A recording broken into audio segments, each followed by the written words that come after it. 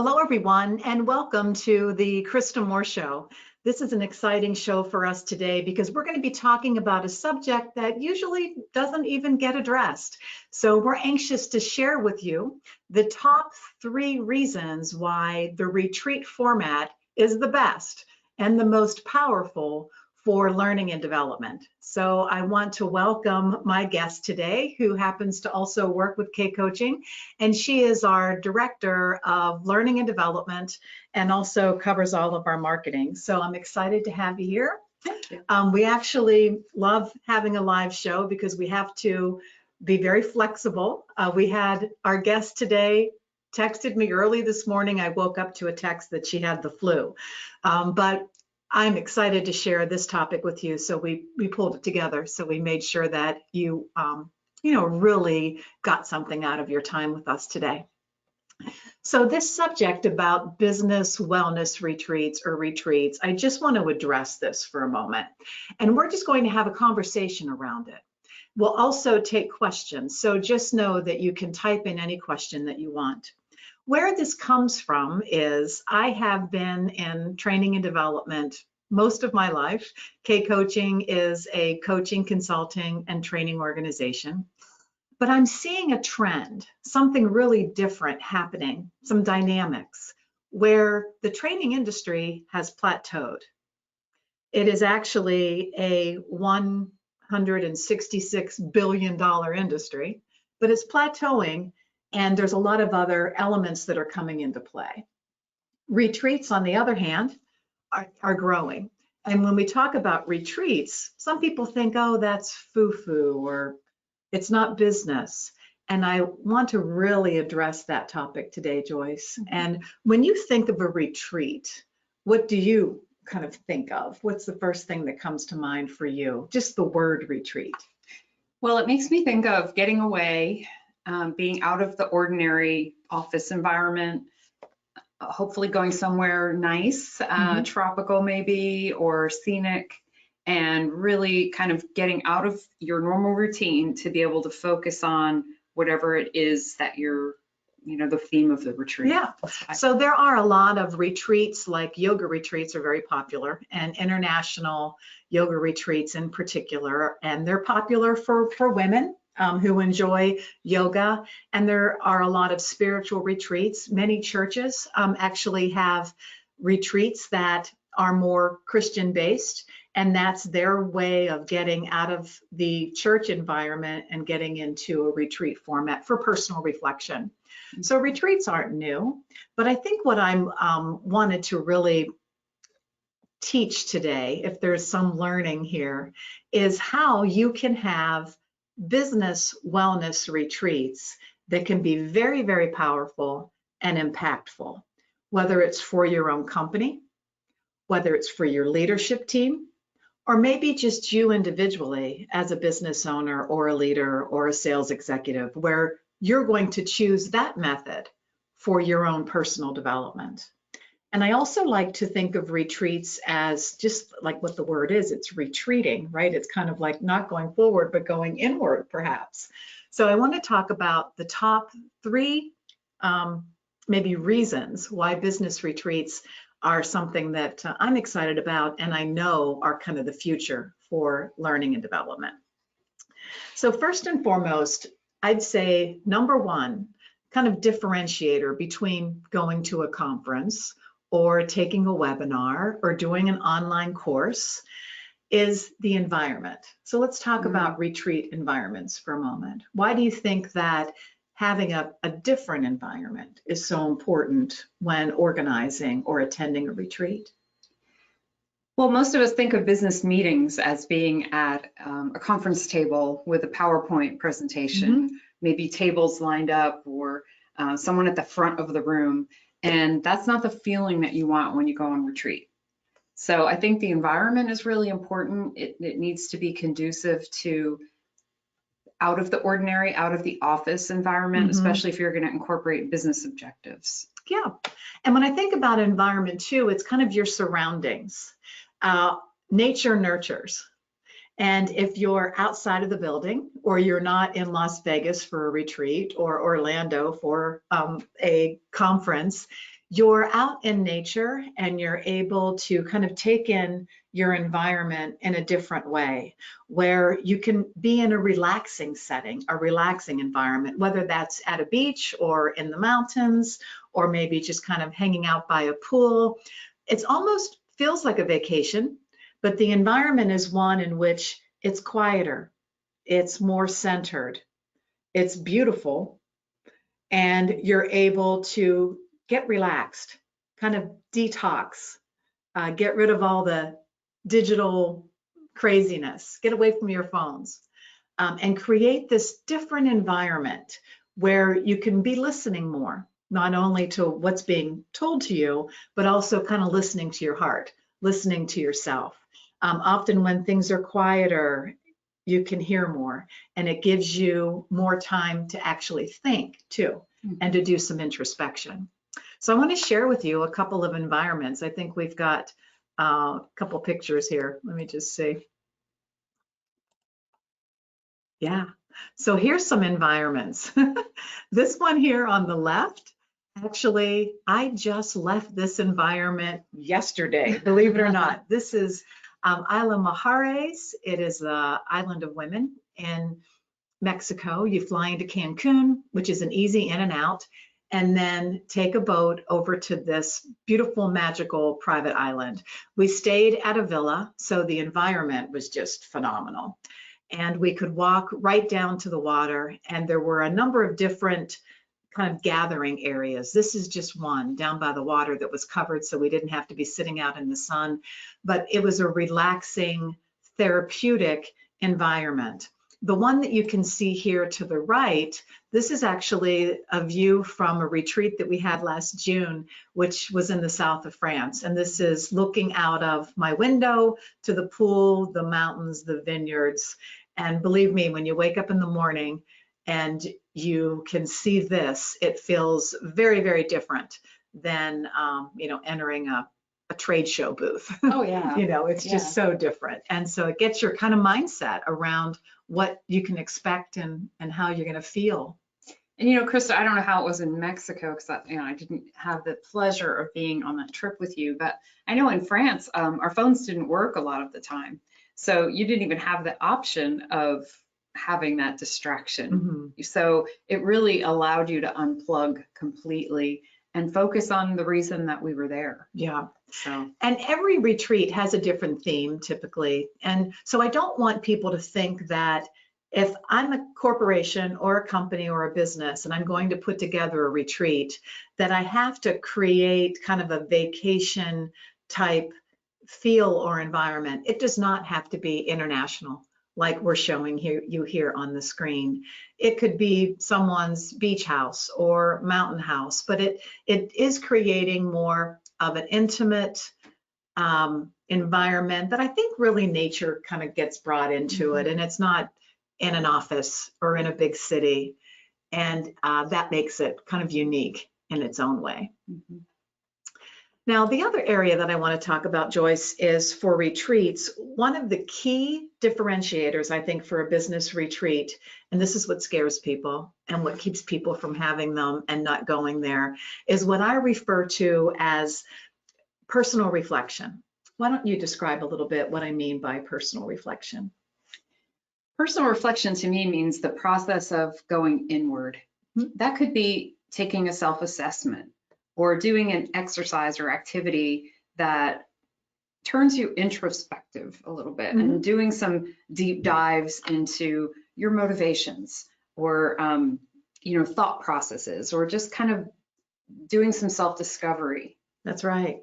And self-discovery can be on a number of different levels, right? So as a company, you might want to make your business retreat definitely more business oriented. So you might have a strengths finders assessment that you give your folks before they attend. Or maybe you want to concentrate on team building activities. So you might do a team survey or assessment before you go into the retreat format. But what it does is it creates, again, this environment, then creates the safe space for everyone to personally reflect on themselves and be able to kind of take a deep dive. Now, why this is, I think, the number one differentiator between a business meeting and a retreat is you are going to get deep. And we all know that in order for things to change, for us to change our habits, for us to take action, for us to go from point A to point B and get unstuck, we need to change. But first we need to gain clarity on, why we're not changing or why we should change. So that personal reflection is a big part of the retreat. So having that safe environment, a trusting environment to be able to do personal reflection. And I have to add, it needs to be programmed. Wouldn't you agree? I mean, you can all show up at a retreat and then you end up partying or, going out and laying on the beach or just sitting around talking. Why don't you talk a little bit about retreat programming?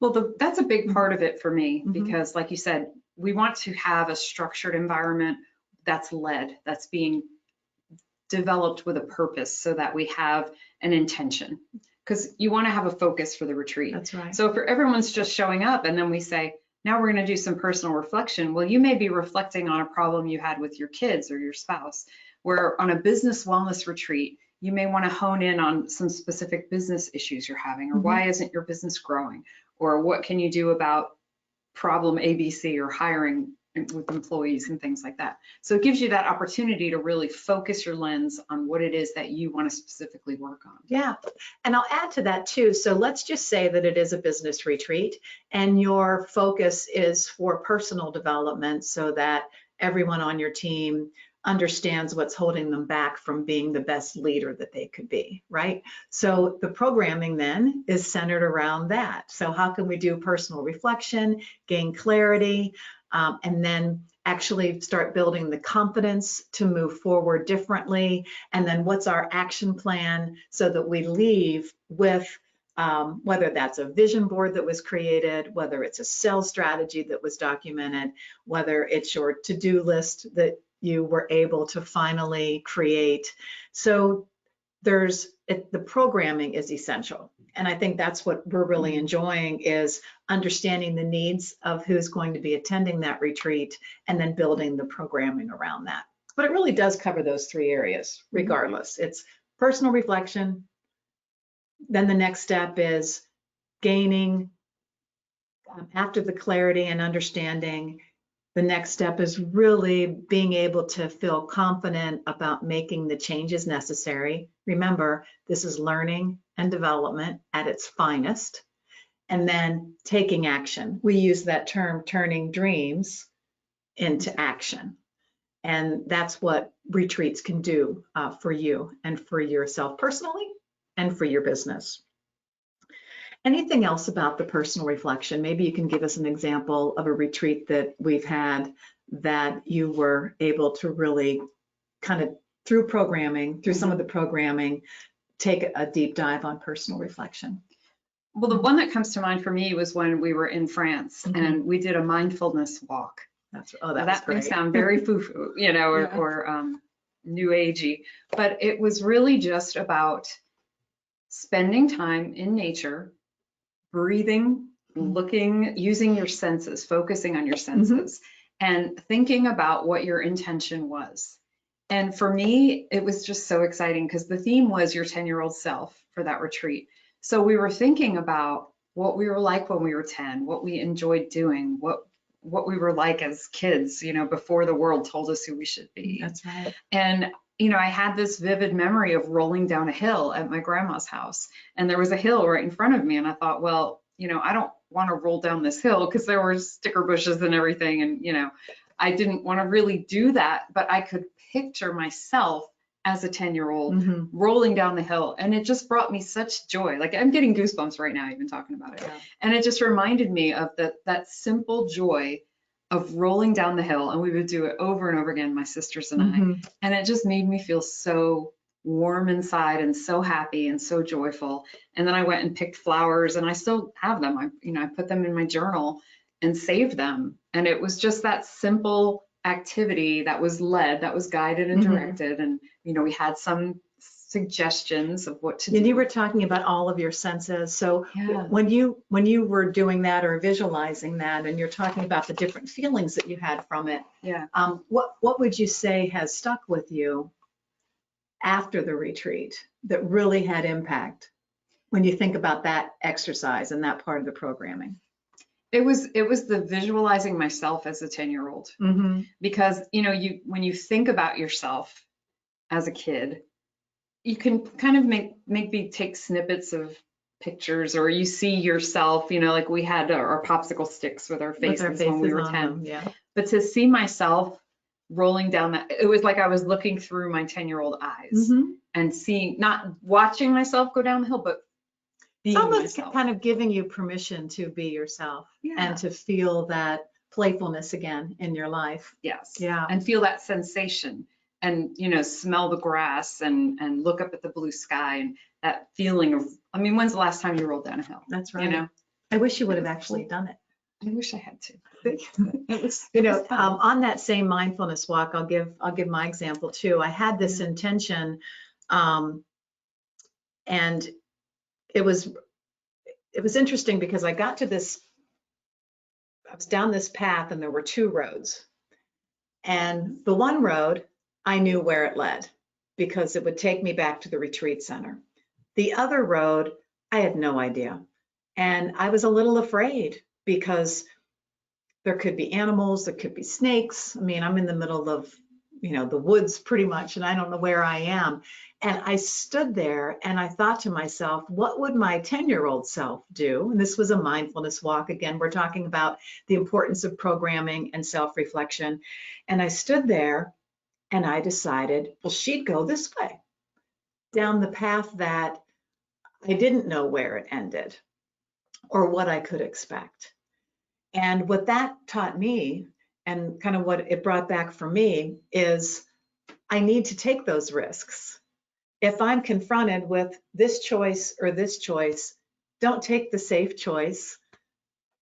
Take the one that you don't know how it's going to end, and there's risk involved in that. But be 10 again, so to speak, for this program, so that I didn't care what other people thought, or I did what really felt like the right thing to do. So that was the programming self-reflection. Well, we're just giving you a couple of examples, and depending on what your intention is for the retreat, both business and personal, then those self-reflection components end up being aligned to what you want to accomplish. Mm-hmm. But wanted to share those two kind of prime examples with you.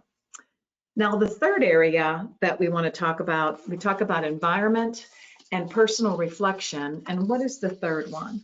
The third one is group dynamics, but we had some personal reflection. We have a slide for that too. Yeah, let me show that. I'll show you a slide. We wanted to show some pictures as it relates to personal reflection. Yeah. So this one actually, this picture on the left was my cousin and I just a few days ago in a beautiful environment. Now here we were doing personal reflection, just kind of the two of us over a glass of wine talking, but look at that environment and the calmness of it, enabling us to really go inward. I want to share, I went back to this same spot when it was time to do some personal reflection during our programming. And I kind of like dozed off and fell asleep, but I was asking a question. And it was a big question for me, for my business and the direction of my business. And because I was quiet, because I was listening, that question was answered to me in just a few words. So I'll give you exactly what it was. So I want to be able to interview famous people. I want to be able to interview people that you all know might have a really cool 10-year-old story, as an example, such as Meghan Markle and Oprah Winfrey and Gary Sinise. And so I have these people that I just dream about being able to share their story. And I struggled with, well, why aren't I doing that? And I got a message, so to speak, as I was doing personal reflection. And the message was, just ask. So that gave me kind of the energy and the excitement to move forward and making the change and making the shifts that I needed, and to better understand what was holding me back. So that was kind of cool. But with personal reflections, there's a lot of journaling too, which I think this is a good example on the right. Sometimes it works best if you can get in a quiet place and be writing and journaling, something we don't often do enough of. So then the third is group dynamics. And I think this is the interesting part, because a lot of times when you go on retreat, you don't know the other people. Yeah. So what's been your experience? You've done a lot more retreats than I have. Well, I think that the group dynamics is really the differentiator between doing training and development one-on-one with a coach, or online learning, or attending a conference and being in the audience and listening to a speaker or a trainer. Because that group dynamics is really the differentiator between self-reflection and learning from others. So everyone's got their crap, right? No one's perfect. We all have things going on. And if we're able to create a trusting, confidential environment, then we're able to learn from others, share our challenges, and what we refer to as experience share. We can learn from others' experiences. They might not be ours, but when people are communicating and they're sharing, we all can learn from that. Yeah, it was interesting to me in France, because there were a lot of women that went on that retreat that I hadn't met before.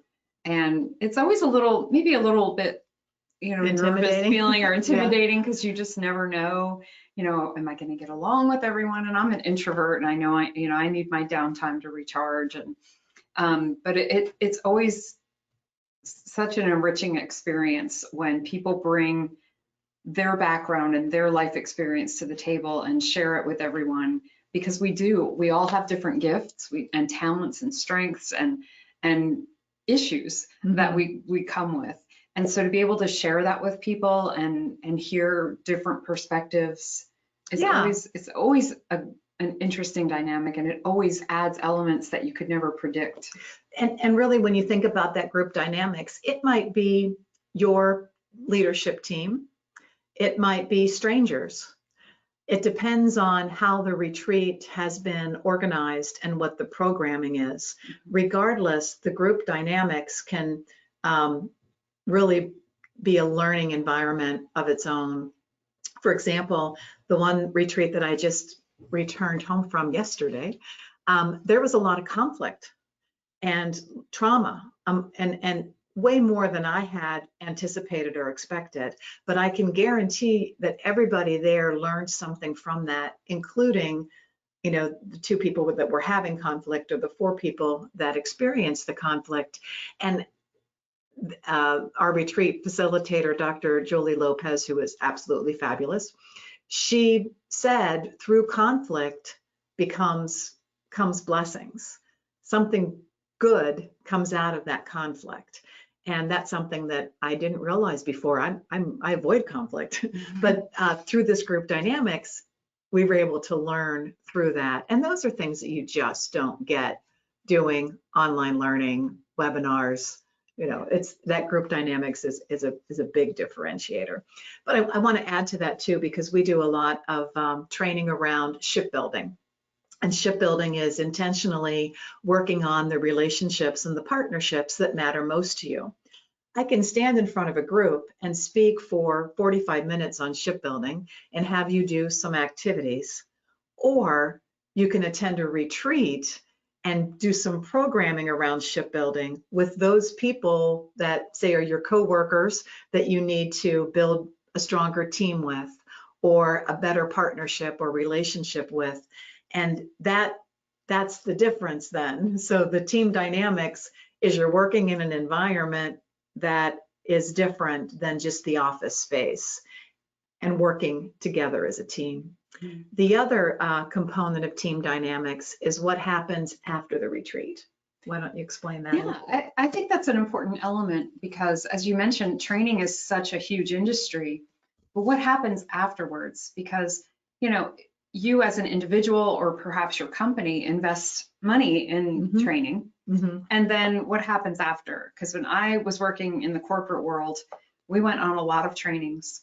And a lot of times you'd go home and your notebook would just kind of either go on the shelf or sometimes right. even go in the circular file, and you'd never even think about it again.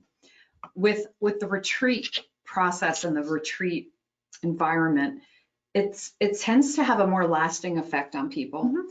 And then you have developed ways of continuing that experience to hold on to that and expand on that. And I think you should share with the audience. Yeah, so one of the things that is really important to me on the retreats that we're putting together is that we are creating action. It's not just a feel-good vacation, that there is learning and development and transformation. So that transformation, I mean, things need to take place. Action needs to happen. I'd like to think of it as strategic passion. So you build the passion like during the retreat, and then you put the strategy behind it on how you're going to take that idea, concept, learning, and put it into play and do something with it. Because without that strategy, then it's just passion. And if you have the strategy and no passion, then nothing's going to happen. So we're creating this. So when you leave, you're putting things into action.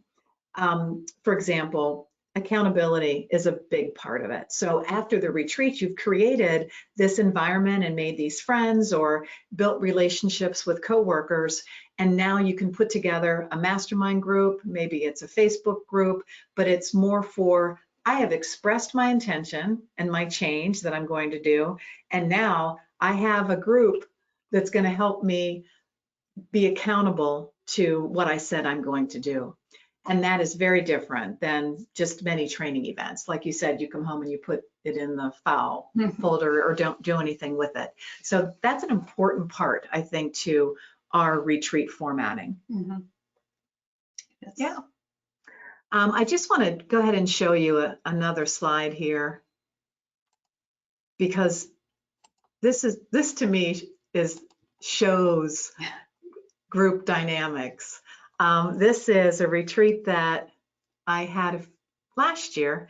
This is at Evans Mill, which is a beautiful retreat center in Tennessee. I'm actually having another retreat there coming in May. But this was an Office Products Women in Leadership retreat.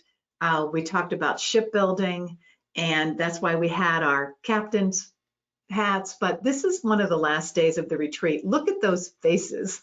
I mean, there was some major transformation that was taking place and some wonderful relationships and partnerships that were formed through that retreat and continue today. And we go back and do that retreat all the time. This example, just actually, believe it or not, this picture was taken yesterday. This is on Isla Mujeres. It's the island of women in Mexico. And you can see my face over here on the left. That's my beautiful cousin, Karen, to the left of me. And what a wonderful group of ladies led by Dr. Jolie Lopez. She's the one in the middle with the long gray hair and the big smile on her face. And this was the last day of that retreat, and definitely transformation and learning and development at its finest. And these wonderful women, I'm sure, are home today putting things into action. So makes a big difference. And I just wanted to share some of the images of that with you. Is there anything else that you want to talk about? I mean, we talked about environment, personal reflection. If you're not ready to go deep, don't go to a retreat for learning and development. Mm-hmm. And then that group dynamic.